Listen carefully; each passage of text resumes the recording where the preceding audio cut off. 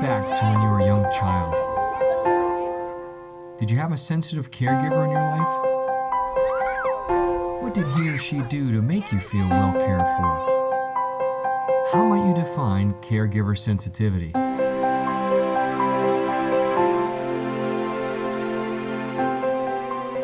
Early attachment theorists defined caregiver sensitivity as the caregiver's ability to be aware of a child's signals and to evaluate and respond to them in a meaningful, accurate, and appropriate way.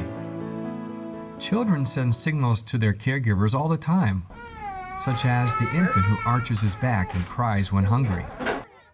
It's how these signals are responded to that shape the pathways for how the child will in turn react, think, and behave. Caregivers who are sensitive and consistent set a good foundation. That's another one that's consistency, how you respond to a child when those cues are given.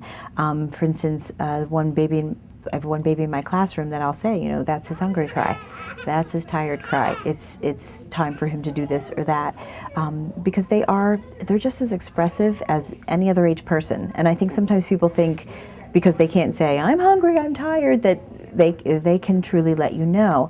But it's really the observation and a lot of information from parents. Before children start here, what we do is we have a sheet of information that parents fill out. And one of the questions is, do they have particular cues that you see at home?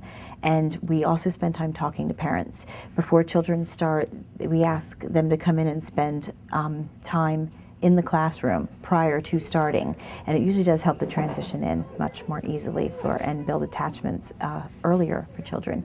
But we spend time talking to the parents and seeing the child with the parent to see how those cues happening.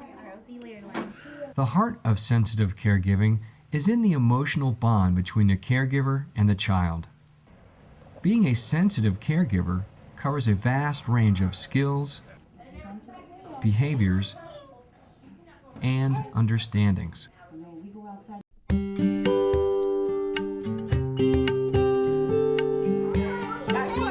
The more time we spend together in happy, interactive experiences, the more affinity we'll have for each other.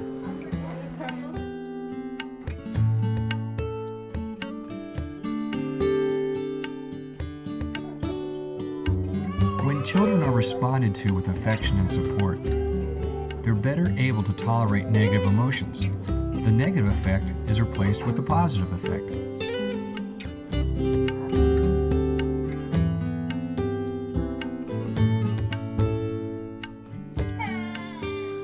Help children identify and express feelings by using reflection, reading stories, and singing songs.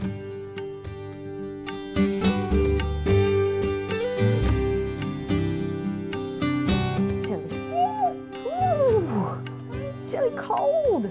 Using gestures allows us to communicate with more than just words alone. Offer eye contact, a smile, a reassuring touch.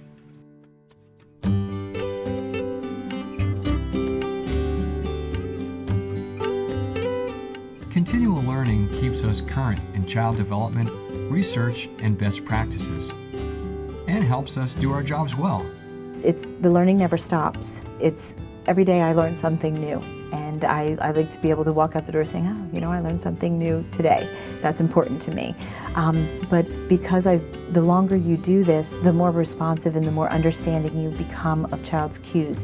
So yes, you have to have your education behind you, but the more experience you get working with infants and toddlers is another way to really help figure out those cues and be responsive to them. Visit Better Kid Care. www.betterkidcare.psu.edu. We care because you care.